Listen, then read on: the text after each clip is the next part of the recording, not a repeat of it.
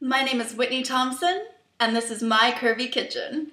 Today we're going to be making this super simple recipe for lemon cookies. And it's a really easy recipe. It almost feels like cheating. I make everything from scratch, but these you're gonna make with a cake mix. So first you'll wanna preheat your oven to 375, which I've already done. And then you'll take any kind of cake mix. For today's purposes, I got Duncan Hines Lemon Supreme. Only the best for my cookies. And you're gonna pour the whole bag into a bowl. So you just put your cake mix in, 2 eggs. I'm comfortable cracking mine in the bowl. But when I bake with my nephew, we just crack those in a measuring cup and fish the eggshells out before putting those in. I'm gonna turn on the mixer now that we have our eggs in. And next I'm gonna pour in 1/3 cup of vegetable oil. It's kind of like the butter substitute.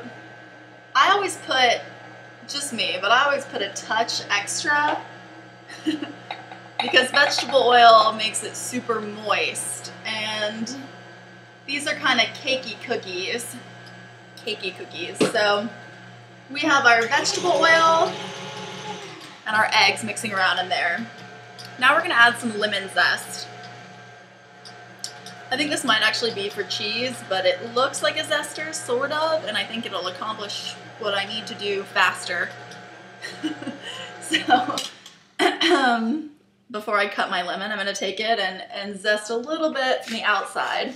I prefer my cookies to be extra lemony. If you like yours sweet, you don't need to bother with zesting, really. You'll be fine just squeezing lemon juice into them, I promise. But I like lemony cookies, so that should be good. Now I'm gonna cut my lemon in half. And if you have a juicer, feel free to use that. Or a strainer is a good way to do it. I just squeeze my lemon over my hand and catch the extra seeds and pulp, whatever there is. So I'm gonna squeeze out as much juice as I can from each half. Now, if you don't have a mixer, you can just use any sort of beater, blender device, or you don't have one of those, like my New York apartment, you can just use your hands also. A big spoon in a bowl. So this is whipping up really nicely. It should start to look fluffy. It won't be the same consistency as, say, a cookie dough usually is. You won't have the granules of sugar in it. So I'm going to get this off. And the thing about mixers is sometimes you get stuff stuck in the bottom. And you want to make sure, because this one's getting old, I guess.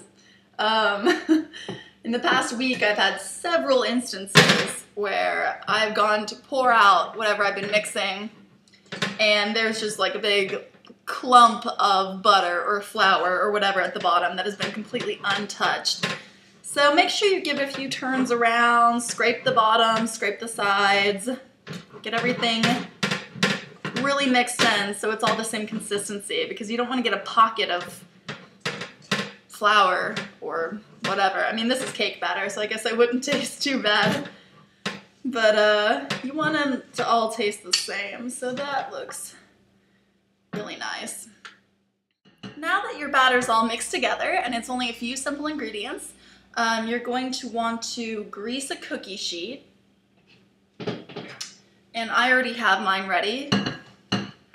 And you are going to want to drop the dough by spoonfuls onto the sheet. Now, like I said, these are cakey, so expect these to rise. I have a really awesome secret weapon. This is actually an antique ice cream scoop from my great-grandmother, and it's just perfect for baking cookies. So you just scoop it out and plop it on the tray. You don't want to make them too big because they will spread out to about twice their size. And this is great because it just, you don't have to get your fingers all sticky.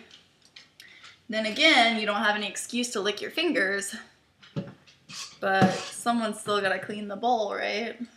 Did I mention I'm a plus size model? Probably should have said that right off the bat. These cookies are so good. I made them for some new neighbors we have across the street, and I just had to make some more for me and my family. Mostly me. All right, so we have our cookies on the sheet. I try to keep a lot of space in between them. I'm kind of difficult when it comes to spacing my cookies, but you don't have to be. Just make sure there's about 2 inches, maybe 3 between each cookie. So the last step to these cookies is you're gonna wanna put some powdered sugar on them. Now, the original recipe calls for kind of a roll in the sugar, like you would a snickerdoodle, but I don't really like powdered sugar all over my cookies because I feel like it just gets all over my face and my clothes and I look like a child and it's not attractive. So instead, I just take a few handfuls and lightly sprinkle it over. You can do whatever your heart desires. You don't even have to put powdered sugar on your cookies. You can go crazy. Just stick them in the oven if you want. But I think that they look pretty with some powdered sugar, so I'll sort of stick to my original recipe. Put some on the top. They're so pretty. I'm dropping it on the floor. The dogs are gonna be happy. Okay. So, I'm making a mess, but you can see I've powdered my cookies, nice and messy, and now I'm gonna stick them in the oven, and then I'm gonna wash my hand.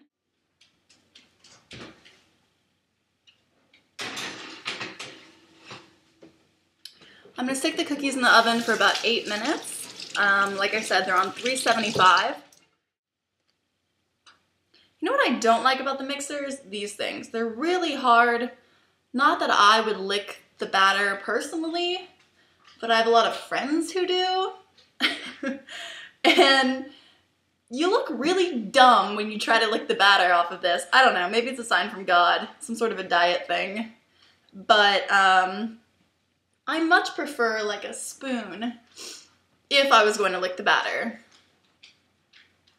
Not that I am. Use my finger.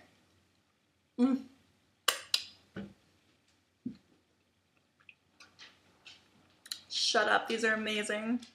Oh my god, they're so good. It's not even right. You're not right. You're so delicious. Alright, I'm putting this in the sink. If you hear any weird sounds, don't worry. It's just one of my 18,000 dogs, like this one, walking by. Wanna watch me juggle? I'm gonna break something. Like, I'll get in my stance, like, in my juggling position. Tough, watch out. It's gonna be bad. Hey! That totally counted, too. Damn. It's pretty cool. Smells so good. I want to eat some cookies. Yeah!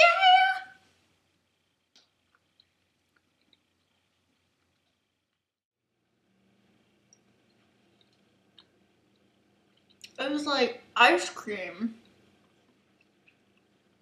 but not cold, and possibly filled with salmonella.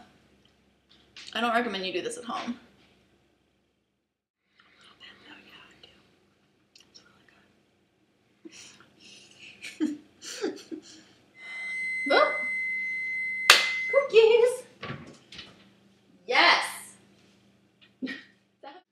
Oh, they're so pretty. I don't know why I'm sort of singing that. Look how pretty my cookies are. Sorry, too excited? Perhaps? So these are perfect. You'll know when they're done. You can cook them anywhere between 6 to 9 minutes. 6 to 9 minutes. And you just have to watch them, really. I don't know why it's so difficult for people. Some people can bake, some people can't. I think the trick really is just watching the food. If you look at the cookies and you see like air bubbles in the middle, like when you bake a pancake, you have to do the same thing, then they're done. So you see the cracks in the middle, you know the heat has risen and they're good to go. Sorry, dancing again. So yeah, you're gonna wanna let these cool, do a few more rounds till all your batter's gone, and eat the heck out of these. Or give them to your friends, but you have to like really like your friends because these are really good cookies and you don't wanna waste them on crappy friends. That's just my personal opinion. Thank you again for joining me in my Curvy kitchen. My name is Whitney Thompson, and I really hope you guys like this recipe. It's one of my favorites and it's super simple, so no excuses.